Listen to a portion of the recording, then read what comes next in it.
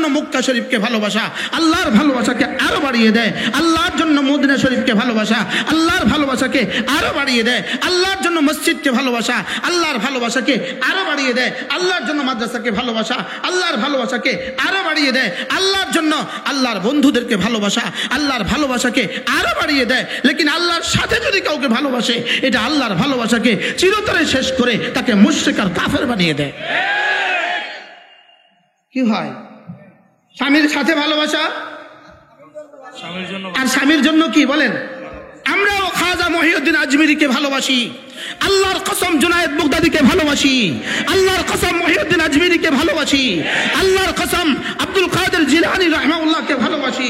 আমরা হযরত সাহাবাদেরকে ভালোবাসি, তাবেঈনদেরকে ভালোবাসি, তাবেঈনদেরকে ভালোবাসি, আইম্মায়ে মুজতাহিদিনদেরকে আমরা ভালোবাসি, সমস্ত আত্মীয়দেরকে আমরা ভালোবাসি, সমস্ত আসফিয়াদেরকে আমরা ভালোবাসি।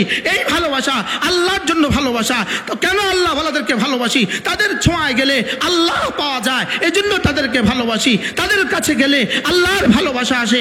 ইদা রুহু যুকিরাল্লাহ, এদের কাছে গেলে জিকির আসে, এজন্য তাদেরকে ভালোবাসি। এদের কাছে গেলে জামাত ছুটে না, এজন্য তাদেরকে ভালোবাসি। এদের আলোচনায় বসলে জামাত ছুটে না, এজন্য তাদেরকে ভালোবাসি। আল্লাহ ওয়ালাদেরকে আমরা ভালোবাসি। ভান্ডারীরাও আল্লাহ ওয়ালাদেরকে ভালোবাসে, আমরাও আল্লাহ ওয়ালাদেরকে ভালোবাসি। বাকি আমরা ভালোবাসি আল্লাহর জন্য, এরা ভালোবাসে আল্লাহর সাথে। মাঝে মাঝে ইউটিউবে সার্চ দিবা ফারুক আয়াম টিভি, ফারুক, মাঝে মাঝে ফারুক আয়াম টিভি দিবা, একটা একটা ওয়াজ শুনবা।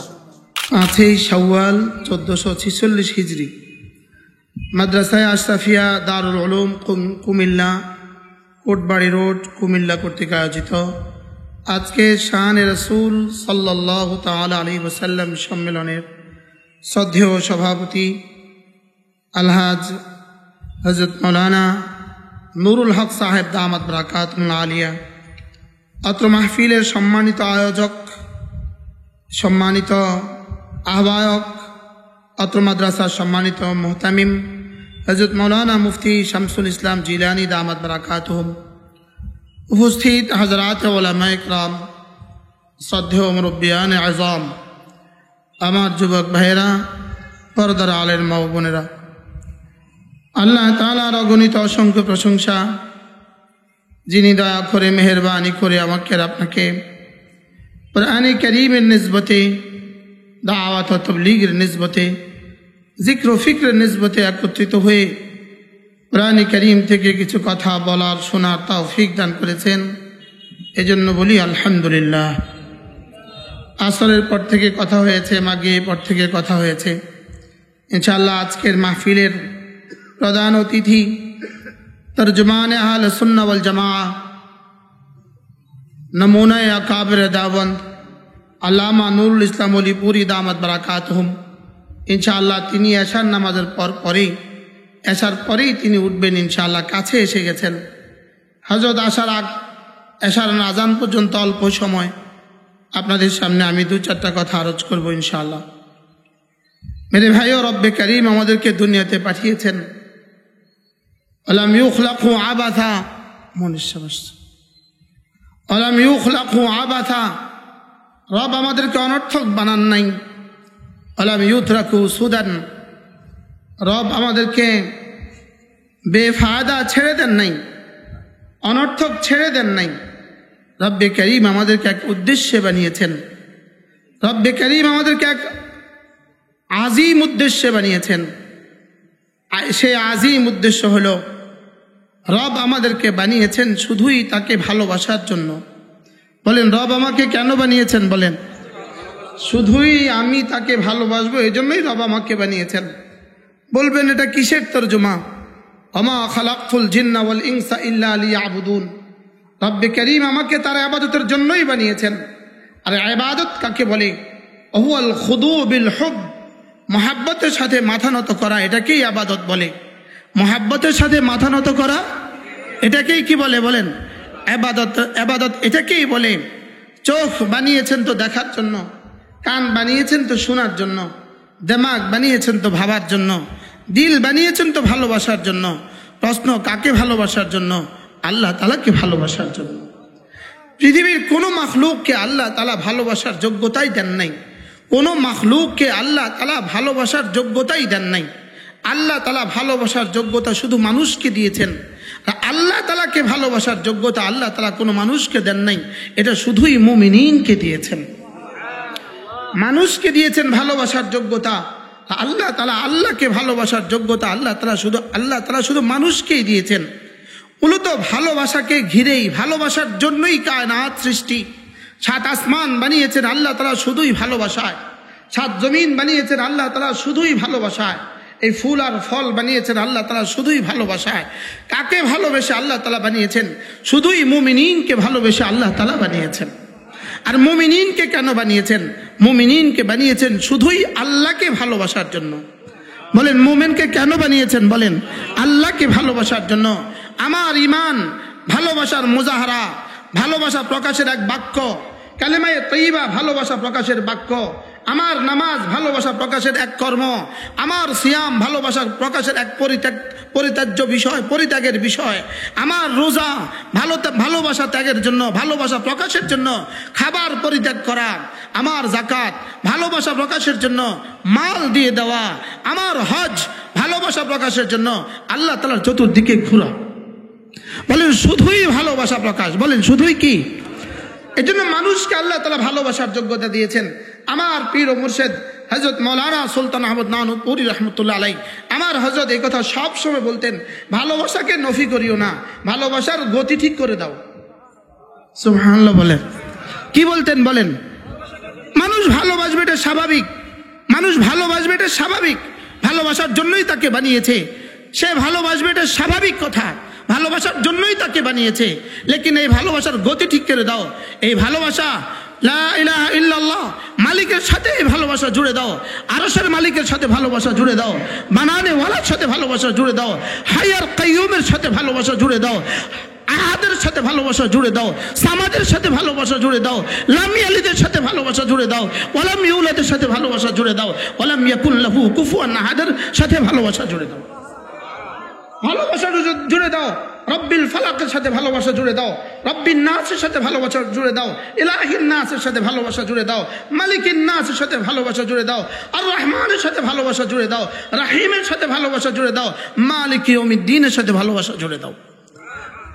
আমার হুজুর বলতেন ভালোবাসাকে নফি করিও না, বলকে ভালোবাসার গতি ঠিক করে দাও। কি বলছি বলেন? হুব্বুশ শাই ইউমি ওয়া ইউসিম। বস্তুর ভালোবাসা মানুষকে অন্ধ করে দেয়। বস্তুর ভালোবাসা মানুষকে কি করে দেয়? অন্ধ করে দেয়। কেউ গাছকে ভালোবাসে, কেউ বা মাছকে ভালোবাসে, কেউ বা খাজা বাবাকে ভালোবাসে। ভালোবাসা তো আছে, ভালোবাসা মানুষের সৃষ্টিগত অভ্যাস, কিন্তু এটা গতি ঠিক করে দাও। এক ভালোবাসা তোমার ঠিকানা জান্নাত করে দিবে, আরেক ভালোবাসা তোমার ঠিকানা জাহান্নাম বানিয়ে দিবে। এক ভালোবাসার ঠিকানা কি? জান্নাত বানিয়ে দিবে, আরেক ভালোবাসার ঠিকানা জাহান্নাম বানিয়ে দিবে। যেমন ধরেন স্বামী স্ত্রীকে ভালোবাসে, স্ত্রী স্বামীকে ভালোবাসে, এটা চিরাচরিত এবং এটাই স্বতঃসিদ্ধ। স্বামী তার স্ত্রীকে ভালোবাসবে, স্ত্রী তার স্বামীকে ভালোবাসবে। এটা প্রশংসিত না নিন্দনীয়? সবাই বলেন প্রশংসিত না নিন্দনীয়? এবার যদি স্ত্রী তার শাশুড়িকে অনেক ভালোবাসে, শাশুড়িকে অনেক ভালোবাসে, তো মানুষ জিজ্ঞেস করে তুমি ওই মহিলাকে এতটা ভালোবাসছ, শুধু তো কি বলে আমি ওর জন্য তাকে ভালোবাসছি।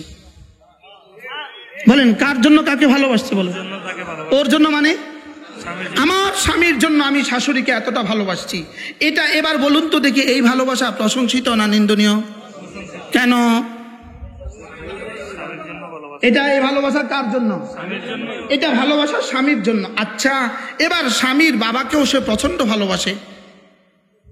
ভোর রাতে উঠে গরম পানি দিয়ে দেয়, সকালবেলা ডিম দিয়ে দেয়, আবার একটু পরে মধু দিয়ে দেয়, আবার একটু পরে নাস্তা দিয়ে দেয়, পুরো 24 ঘন্টা তার কেয়ার করে। তো আরেকজন জিজ্ঞেস করে এতটা করছো কেন?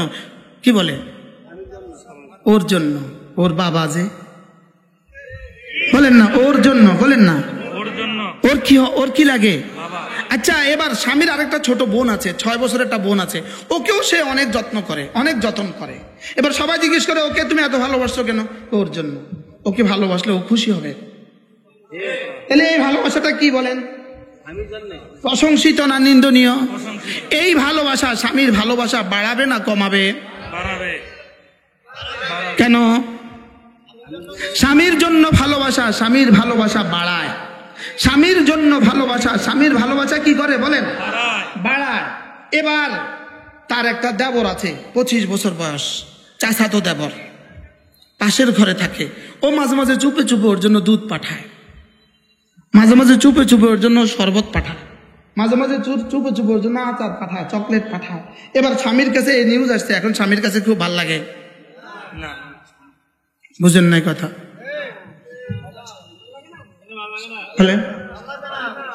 তো স্বামীর বোনকে চকলেট দিলে ভাল লাগে, আর চাস্তো দেবরকে চকলেট দিলে খারাপ লাগে কেন? কেমনে ব্যস্তমটা কেন? ওকে যদি এবার জিজ্ঞেস করা তুমি ওকে ভালোবাসছো কেন, তুমি যে 25 বছরের দেবরটাকে ভালোবাসছো, এটা কেন ভালোবাসছো? বলছে আমার ভাল লাগে, আমার ভাল লাগে। উত্তর কি দিছে বলেন? যে এই ভাল লাগা আর 6 বছরের বোনটাকে ভাল লাগা, দুই ভাল লাগে কি এক না দুই? স্বামীর মাকে ভাল লাগা আর স্বামীর বাবাকে ভাল লাগা আর স্বামীর চাচাতো ভাইকে ভাল লাগা এক না দুই? স্বামীর বাবার ভালোবাসা স্বামীর ভালোবাসাকে ত্বরান্বিত করে, স্বামীর মায়ের ভালোবাসা স্বামীর ভালোবাসাকে উজ্জীবিত করে, স্বামীর বোনের ভালোবাসা স্বামীর ভালোবাসাকে আরো বেশি বাড়িয়ে দেয়। লেকিন স্বামীর সাথে স্বামীর দেবরের ভালোবাসা, 25 বছরের দেবরের ভালোবাসা স্বামীর ভালোবাসাকে কমিয়ে দেয়, ধ্বংস করে দেয়, নাকি বাড়ায়া দেয়? এক ভালোবাসা বাড়ায়া দিল, আরেক ভালোবাসা কমায়া দিল কেন? উত্তর, এক ভালোবাসা তার জন্য, আরেক ভালোবাসা তার সাথে। বুঝে থাকলে বলুন তো দেখি, এক ভালোবাসা কেন? তার জন্য। আরেক ভালোবাসা কেন? স্বামীর সাথে। তাইলে বোঝা গেছে স্বামীর সাথে ভালোবাসা স্বামী থেকে বিচ্ছিন্ন করে দেয়, স্বামীর জন্য ভালোবাসা স্বামীর ভালোবাসাকে ত্বরান্বিত করে, স্বামীর জন্য ভালোবাসা স্বামীর ভালোবাসাকে আরো বাড়িয়ে দেয়, আরো বাড়িয়ে দেয়, আরো বাড়িয়ে দেয়। আর স্বামীর সাথে ভালোবাসা বিয়েকে চির বিচ্ছিন্ন করে দেয়। ঠিক তেমনি ভাবে আল্লাহর জন্য মক্কা শরীফকে ভালোবাসা আল্লাহর ভালোবাসাকে আরো বাড়িয়ে দেয়, আল্লাহর জন্য মদিনা শরীফকে ভালোবাসা আল্লাহর ভালোবাসাকে আরো বাড়িয়ে দেয়, আল্লাহর জন্য মসজিদকে ভালোবাসা আল্লাহর ভালোবাসাকে আরো বাড়িয়ে দেয়, আল্লাহর জন্য মাদ্রাসাকে ভালোবাসা আল্লাহর ভালোবাসাকে আরো বাড়িয়ে দেয়, আল্লাহর জন্য আল্লাহর বন্ধুদেরকে ভালোবাসা আল্লাহর ভালোবাসাকে আরো বাড়িয়ে দেয়। লেকিন আল্লাহর সাথে যদি কাউকে ভালোবাসে, এটা আল্লাহর ভালোবাসাকে চিরতরে শেষ করে তাকে মুশরিক আর কাফের বানিয়ে দেয়। কি হয়? স্বামীর সাথে ভালোবাসা আর স্বামীর জন্য কি বলেন? আমরাও খাজা মহিউদ্দিন আজমিরিকে ভালোবাসি, আল্লাহর কসম জুনায়েদ বাগদাদীকে ভালোবাসি, আল্লাহর কসম মহিউদ্দিন আজমিরিকে ভালোবাসি, আল্লাহর কসম আব্দুল কাদের জিলানী রাহিমাহুল্লাহকে ভালোবাসি, আমরা হযরত সাহাবাদেরকে ভালোবাসি, তাবেঈনদেরকে ভালোবাসি, তাবেঈনদেরকে ভালোবাসি, আইম্মায়ে মুজতাহিদিনদেরকে আমরা ভালোবাসি, সমস্ত আত্মীয়দেরকে আমরা ভালোবাসি, সমস্ত আসফিয়াদেরকে আমরা ভালোবাসি। এই ভালোবাসা আল্লাহর জন্য ভালোবাসা। তো কেন আল্লাহ ওয়ালাদেরকে ভালোবাসি? তাদের ছোঁয়ায় গেলে আল্লাহ পাওয়া যায়, এজন্য তাদেরকে ভালোবাসি। তাদের কাছে গেলে আল্লাহর ভালোবাসা আসে। ইদা রুহু যুকিরাল্লাহ, এদের কাছে গেলে জিকির আসে, এজন্য তাদেরকে ভালোবাসি। এদের কাছে গেলে জামাত ছুটে না, এজন্য তাদেরকে ভালোবাসি। এদের আলোচনায় বসলে জামাত ছুটে না, এজন্য তাদেরকে ভালোবাসি। আল্লাহ ওয়ালাদেরকে আমরা ভালোবাসি, ভান্ডারীরাও আল্লাহ ওয়ালাদেরকে ভালোবাসে, আমরাও আল্লাহ ওয়ালাদেরকে ভালোবাসি। বাকি আমরা ভালোবাসি আল্লাহর জন্য, এরা ভালোবাসে আল্লাহর সাথে। এরা ভালোবাসে কি? এবার বলুন তো দেখি, আল্লাহর জন্য স্বামীর জন্য ভালোবাসা, ভালোবাসা বাড়ায় না কমায়? আর স্বামীর সাথে ভালোবাসা শুধু কমানা শেষ করে দেয়, বিয়েকে চির বিচ্ছিন্ন করে দেয়। কেন? কি বলেন? স্বামীর সাথে ভালোবাসা বিয়েকে চির বিচ্ছিন্ন করে দেয়। ঠিক তেমনি ভাবে আল্লাহর জন্য ভালোবাসা আল্লাহ পর্যন্ত পৌঁছিয়ে দেয়, আল্লাহর সাথে ভালোবাসা জাহান্নাম পৌঁছে দেয়। এজন্য বুঝে বলেন, ভালোবাসা ভালোবাসা দুই ভালোবাসা বলেন। এক ভালোবাসা কোন পর্যন্ত পৌঁছায়? জান্নাত পর্যন্ত পৌঁছায়। আরেক ভালোবাসা যেই ভালোবাসা আল্লাহর কথা মনে করিয়ে দেয়, যেই ভালোবাসা জামাতে নামাজ পড়তে উৎসাহিত করে, যেই ভালোবাসা নামাজ ছুটতে দেয় না, যেই ভালোবাসা রোজা ছুটতে দেয় না, যেই ভালোবাসা জিকির ও আজকার বাড়তে দেয়, বাড়তে থাকে বাড়তে থাকে বাড়তে থাকে। আমরা আমাদের শায়খ মুর্শিদ, আমার শায়খ যিনি, আমার হযরত মাওলানা মনির সাহেবের শায়খ, তিনি হযরত মাওলানা সুলতান আহমদ দানপুরি রাহমাতুল্লাহ আলাইহি। আমরা হুজুরের কাছে গিয়ে বসতাম আসরের নামাজের পরে, একটা টু শব্দ হুজুর করতেন না, হুজুরও তাসবিহ পড়তে থাকতেন, আর যারা সামনে বসা থাকতো তারাও তাসবিহ পড়তে থাকতো। সামনে বসলেই যেন জিকির জারি হয়ে যেত। ঠিক বলছে কিনা বলে? সামনে বসলেই কি জারি হয়ে যেত? সামনে বসলেই, যার যে জীবনেও তসবিহ ধরে না, হুজুরের সামনে বসে তার তসবিহ আসতে বাইরে যায়। কি ভাই, এটা কোন ভালোবাসা? হ্যাঁ, এই জন্য হযরত নানুপুরি রহমতুল্লাহ এক আজীব ওয়াকিয়া হুজুর বলছেন। হুজুর বলেন যে এক ভান্ডারি, এক লোক, তার আখ্যাত আছে। আখ্যাত কি খেত আছে? সে তার আখ্যাত আছে। তো আখ্যাতে প্রত্যেক রাতে শিয়াল পড়ে, শিয়াল তার আখ নষ্ট করে। তো সে একবার নিয়ত করছে, মান্নত করছে, আজকে যদি আখ্যাতে শিয়াল না পড়ে, এক আঁটি আখ মসজিদে দিব। কোথা দিব? তো এই রাতে শিয়াল আরো বেশি পড়ছে। কি পড়ছে? পরের রাতে মান্নত করছে, আজকে রাতে যদি আখের খেতে শিয়াল না পড়ে, এক আঁটি আখ মাইজ ভান্ডারে দিব।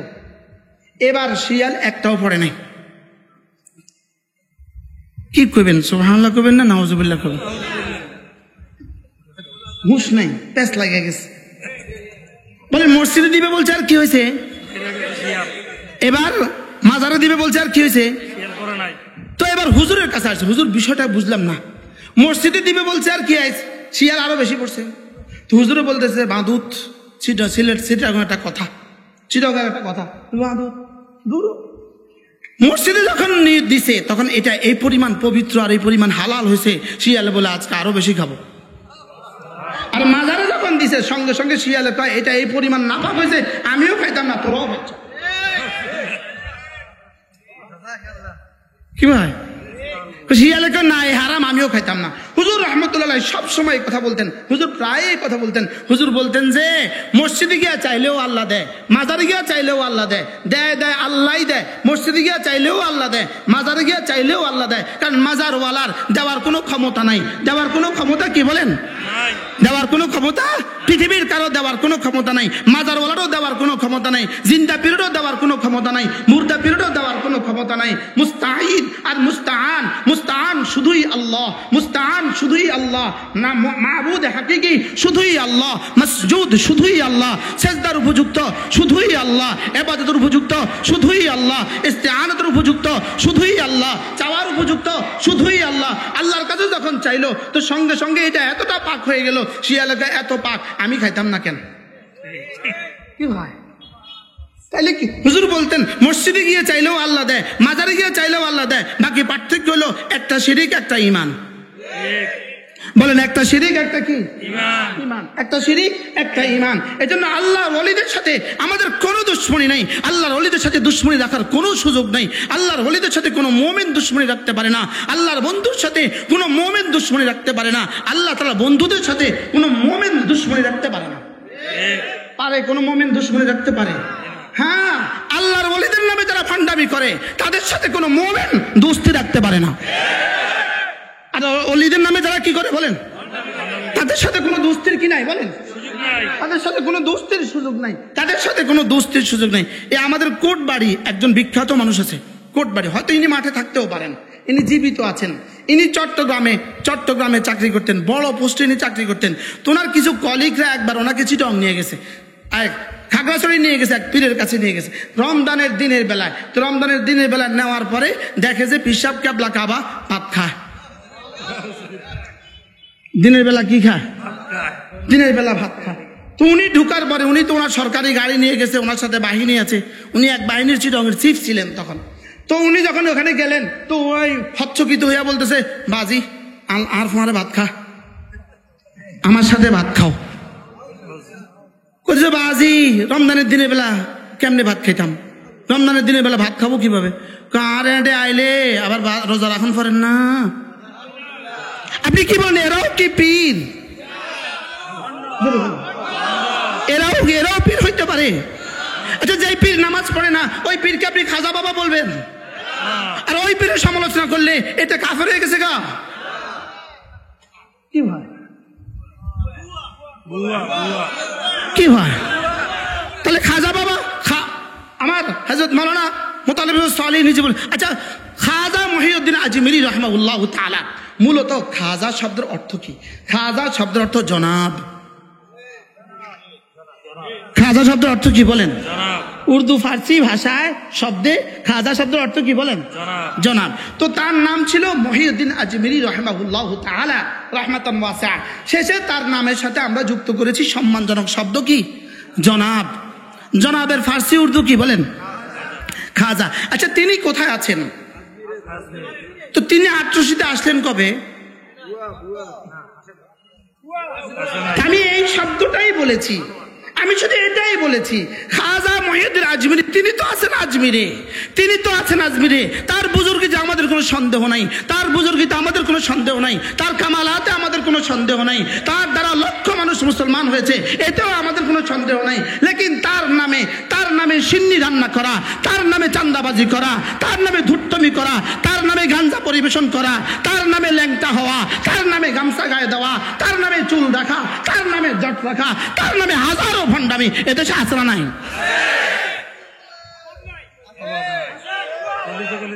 এটা হযরত খাজা মহিউদ্দিন আজমিরি রহমতুল্লাহর সাথে এটার কি সম্পর্ক? জোরে বলেন, এটা কি সম্পর্ক বলেন? এটার কোনো সম্পর্ক আছে বলেন? এটার কোনো সম্পর্ক কি? এটার কোনো সম্পর্ক নাই, এটার কোনো সম্পর্ক নাই। কচ্ছপ খাজা হবে কেন? আমি বলছি কচ্ছপ খাজা হবে কেন? গজার মাছ খাজা হবে কেন? কুমির খাজা হবে কেন? কি ভাই, সব মাজারে খাজা হবে কেন বলেন? সব মাজারে কি হবে কেন? সব মাজারে খাজা হবে কেন? এই কথাটাই আমি আপনাদেরকে ক্লিয়ার করতে চাইছিলাম। আমি জাতিকে এই কথাটাই বোঝাতে চেয়েছিলাম। জাতিকে আমি শিরিক মুক্ত দাওয়াত দিয়েছিলাম, শিরিকের মোকাবেলা কালিমা লা ইলাহা ইল্লাল্লাহর দাওয়াত দিয়েছিলাম। জাতিকে আমি শিরিকের মোকাবেলা আশহাদু আল্লা ইলাহা ইল্লাল্লাহর দাওয়াত দিয়েছিলাম। আমি জাতিকে কুল হুয়াল্লাহু আহাদের দাওয়াত দিয়েছিলাম। আমি জাতিকে আল্লাহুস সামাদ লাম ইয়ালিদ ওয়া লাম ইউলাদ ওয়া লাম ইয়াকুল লাহু কুফুয়ান আহাদ কুল লা আমলিকু লাকুম নাফআন ওয়া লা দাররা আল্লাযীনা ইত্তাখাযু মিন দুনিল্লাহি আউলিয়া লা ইয়ামলিকুনা লিআনফুসিহিম নাফআন ওয়া লা দাররা। আমি জাতিকে এর দাওয়াত দিয়েছিলাম যে আল্লাহ ছাড়া নাফা পৌঁছানে ওয়ালা আর কেউ নাই, আল্লাহ ছাড়া উপকার করনে ওয়ালা আর কেউ নাই, আল্লাহ ছাড়া ক্ষতি করনে ওয়ালা আর কেউ নাই, আল্লাহ ছাড়া হায়াতের মালিক আর কেউ নাই, মওতের মালিক আর কেউ নাই, নুশুরের মালিক আর কেউ নাই। আমি এটা বলছিলাম জাতিকে, জাতির সামনে কালেমার আওয়াজ তোলো, তাওহীদের আওয়াজ তোলো, তাওহীদের খালেস জাতির কলিজায় বসিয়ে দাও, তাওহীদের খালেস জাতির কলিজায় বসাও। এই ছিল আমার বলার উদ্দেশ্য। এখানে কোনোভাবেই এক জাররাও এদেশের ভারত উপমহাদেশের প্রখ্যাত বুজুর্গ ছিলেন, যার বরকতে 90 লক্ষ হিন্দু মুসলমান হয়েছে, তাকে এক জাররা বলার কোনো উদ্দেশ্য আমার ছিল না, তাকে এক জাররা বলার কোনো উদ্দেশ্য ছিল না। যেটা আমার উদ্দেশ্য ছিল সেটা তারা বলে না, এরা বুঝছে না।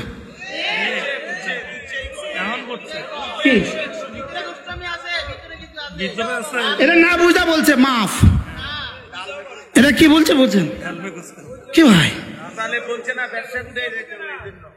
এই জন্য মূলত মাকসাদ হলো যে এই কথা শুরু করে দিছে, এই কথা এদের পেটের সমস্যা আছে। মূলত শুরু করছে কি বলেন?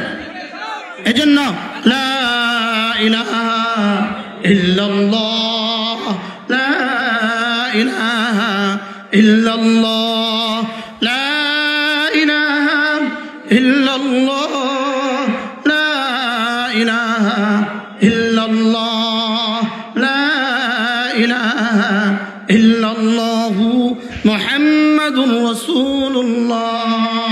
নাই কোনো মাবুদ আল্লাহ ছাড়া, নাই কোনো মাসজুদ আল্লাহ ছাড়া, নাই কোনো মাশুক আল্লাহ ছাড়া, নাই কোনো নাফি আল্লাহ ছাড়া, নাই কোনো মুতি আল্লাহ ছাড়া, নাই কোনো মুহয়ি আল্লাহ ছাড়া, নাই কোনো মুমিত আল্লাহ ছাড়া।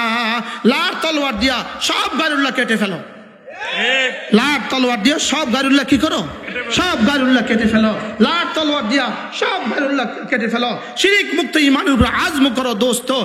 এক জাররা শিরিক, ইন্নাল্লাহা লা ইয়াগফিরু আন ইউশরাকা বিহি ওয়া ইয়াগফিরু মা দুনা যালিকা লিমান ইয়াশা। এক জাররা শিরিক আল্লাহ তাআলা বরদাস্ত করবেন না। এক জাররা শিরিক আল্লাহ তাআলা কি করবেন না বলেন? বরদাস্ত করবেন না। আল্লাহ তাআলার জন্য 3টা দেওয়ান আছে। হাসরের ময়দানে 3টা রেজিস্টার কায়েম হবে। একটা হলো শিরিকের রেজিস্টার, একটা হলো গুনাহের রেজিস্টার, একটা হলো মাসির রেজিস্টার, একটা হলো জুলমের রেজিস্টার, একটা শিরিকের রেজিস্টার।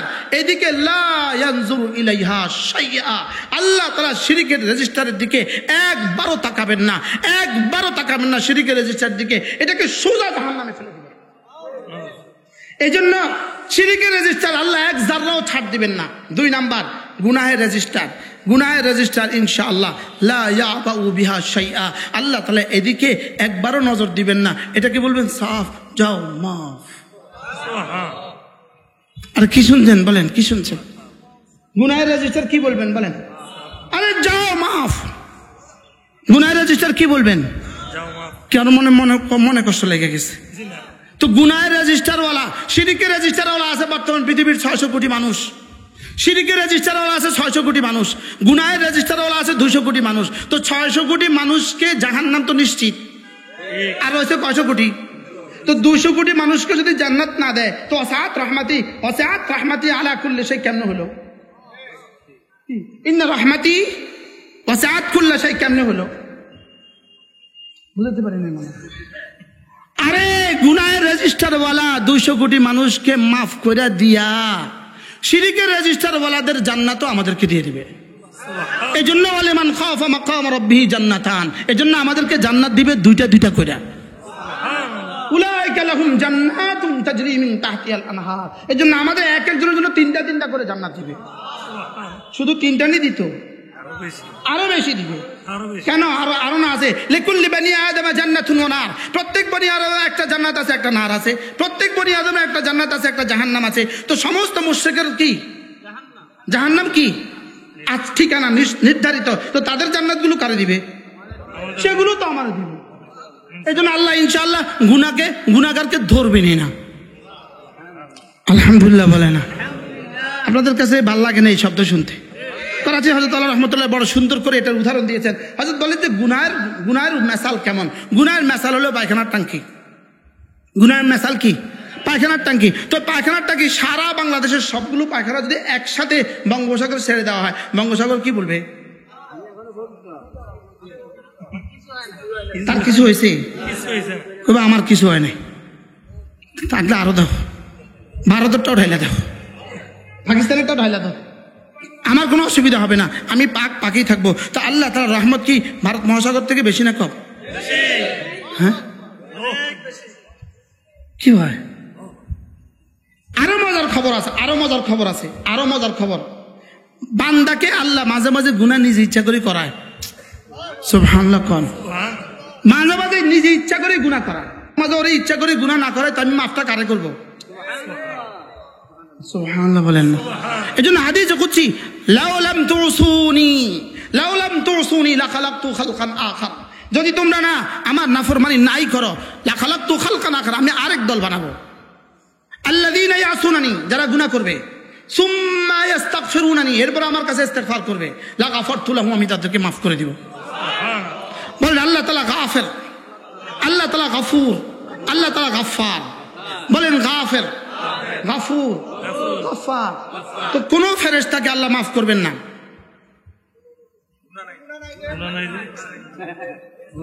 কোন গরুকে আল্লাহ মাফ করবেন না। কি নাই বলেন? কোন ইহুদিকে আল্লাহ মাফ করবেন না, কোন নাসারাকে আল্লাহ মাফ করবেন না, কোন বেঈমানকে আল্লাহ মাফ করবেন না, কোন বিধর্মীকে আল্লাহ মাফ করবেন না। কেন? এবার মাফটা করবেন কাকে? সুবহানাল্লাহ বলে। এই জন্য মুমিনিন, ওসাতে মুমিনিনকে আল্লাহ মাফ করবেন। এই জন্যই আল্লাহ গাফির, এই জন্যই আল্লাহ গাফুর, এই জন্যই আল্লাহ গাফফার।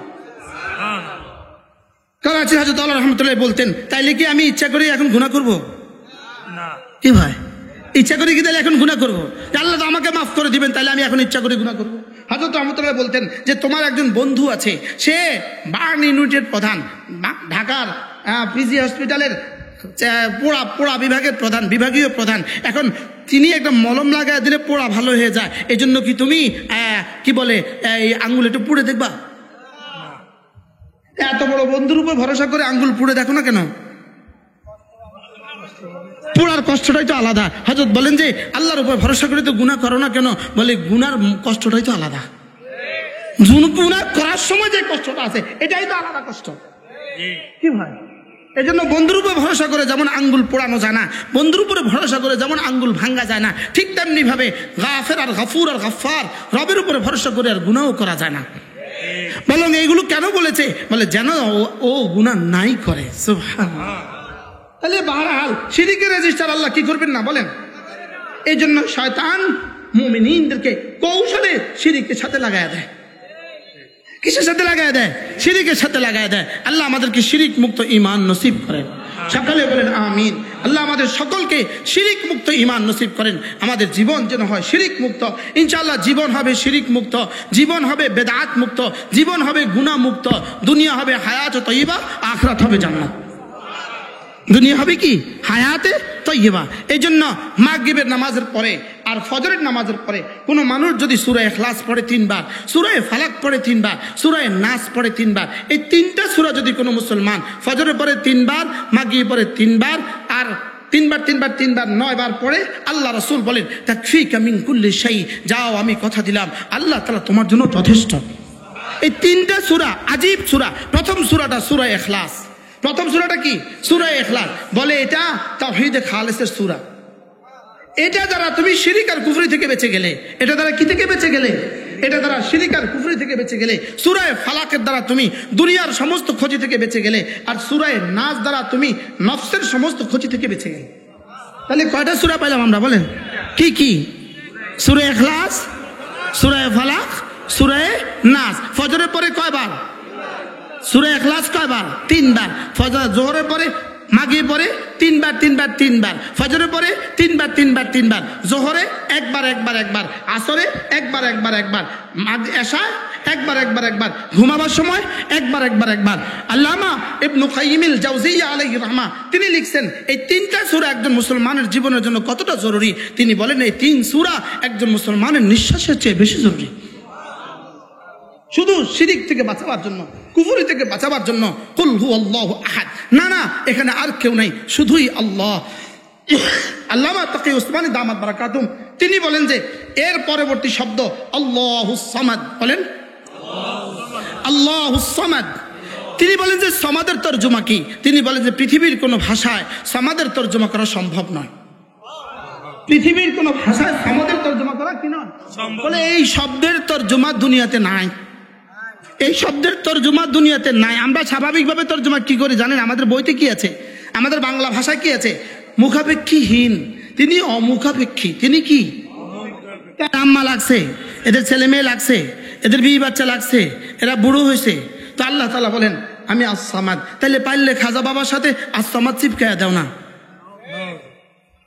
পৃথিবীর কোনো বাতিল মাহবুদের সাথে পারলে আস-সামাদ চিপকায়া দাও না। পৃথিবীর কোনো বাতিল মাহবুদের সাথে আস-সামাদ লাগানোর সুযোগ নাই। আস-সামাদ শুধুই আমাদের মাহবুদ।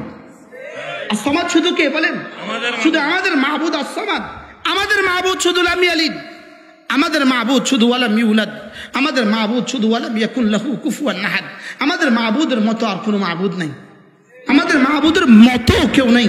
তার ছেলে মেয়ে নেই, তার স্ত্রী নেই, তার সন্তান সন্ততি নেই, তার কেউ নাই, তার কেউ লাগে না। তিনি মাটি বানাতে পারেন মাটি ছাড়া, তিনি পানি বানিয়েছেন পানি ছাড়া, তিনি আকাশ বানিয়েছেন আকাশ ছাড়া, তিনি মুরগি বানিয়েছেন ডিম ছাড়া, তিনি ডিম বানিয়েছেন মুরগি ছাড়া। কি হয়? তিনি ডিজাইন বানিয়েছেন ডিজাইন ছাড়া।